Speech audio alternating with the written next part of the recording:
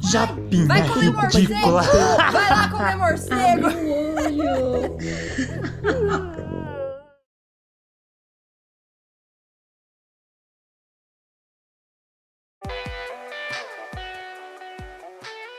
Olá, está no ar o podcast Multicast, que traz informação e te ajuda a se preparar para a prova do ENAD.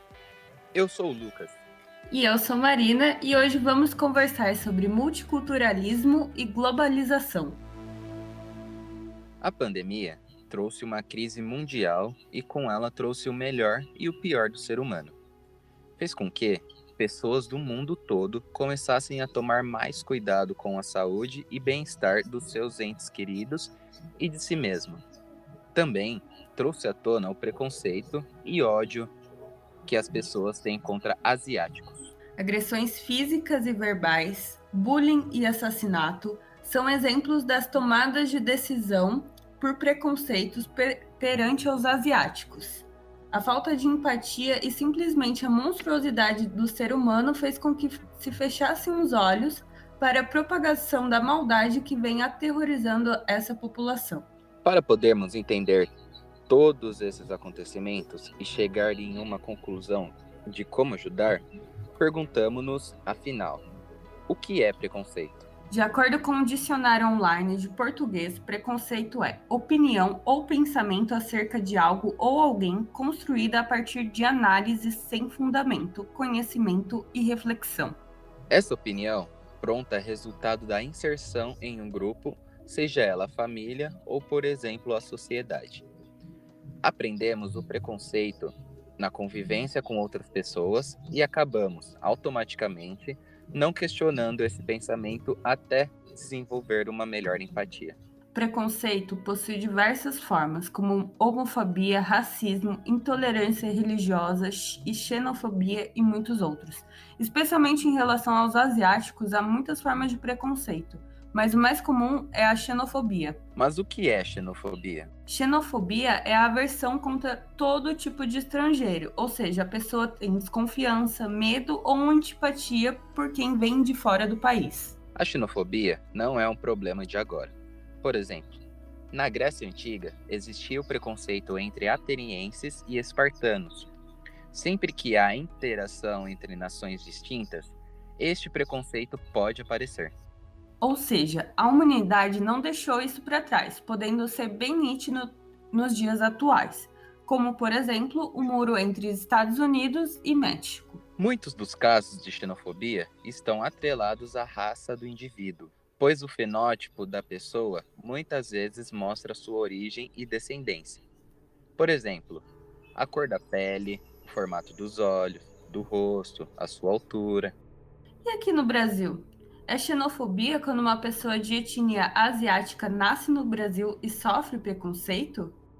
De acordo com a definição do Alto Comissariado das Nações Unidas para os Refugiados, sim, toda estranheza perante a cultura, a localização, a língua e a etnia pode, sim, ser considerada xenofobia.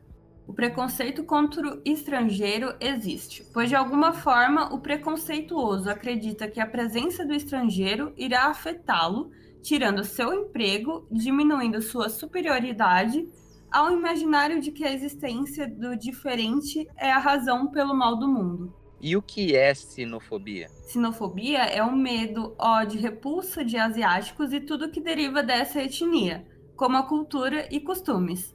Essa manifestação de ódio aos asiáticos aparece no Brasil desde 1930, com a imigração dos japoneses para trabalhar nos cafezais da época. O preconceito contra asiáticos os coloca tanto na percepção de pessoas inferiores, quanto na de portadores de alta inteligência. O preconceito amarelo desmerece o esforço do asiático só por ele ser de uma etnia. E isso, o desmerecimento, os afeta de forma pejorativa, causando danos psicológicos por pressão e ódio. Mas a sinofobia não acontece somente no Brasil. Alguns momentos da história mundial colaboraram para a sinofobia. Como, por exemplo, na Segunda Guerra Mundial, com os campos de concentração nos Estados Unidos e também a partir de 1978, com a expansão da China do comércio com produtos de baixo custo. Essa expansão incomodou muitos países. E a pandemia reforçou todo o tipo de preconceito contra asiáticos. Não importa se a pessoa é chinesa, se ela é descendente, se não tem relação com a China. Atualmente, todo asiático tem mais chance de sofrer discriminação e ódio. Por mais que seja dito que o vírus começou em Wuhan, na China, isso não é motivo para haver ódio mundial contra os orientais, já que todo o estrago da pandemia também aconteceu com os chineses. Além do mais, muita informação é espalhada por meio de fake news, como a sopa de morcego, no começo da crise da pandemia. Informações inventadas e utilizadas para desqualificar o asiático. Mas existem maneiras de combater a xenofobia e a sinofobia. Algumas dessas formas são disseminar mensagens que conscientizem as pessoas, além de divulgar depoimentos e fatos que criem empatia pelo diferente. Por exemplo, o Embrachina, que é um instituto sociocultural dedicado a promover a integração entre as culturas chinesas e brasileiras. O Embrachina tem como sua missão valorizar, divulgar e preservar a cultura chinesa por meio de workshops, palestras, eventos, etc. Outro exemplo é o portal SaferNet, que no formato online proporciona a oportunidade de denunciar o ódio nas redes sociais. Infelizmente, o ser humano não aceita as diferenças e esquecem que somos todos pertencentes da raça humana. Não podemos acabar com as diferenças, mas além das leis, podemos fazer a nossa parte em forma de ações pessoais, ajudando a divulgar a igualdade dos seres. Este trabalho foi realizado pelos alunos de 5º e 7º semestre de Publicidade e Propaganda. Apresentação: Lucas Maurício e Marina Stabile.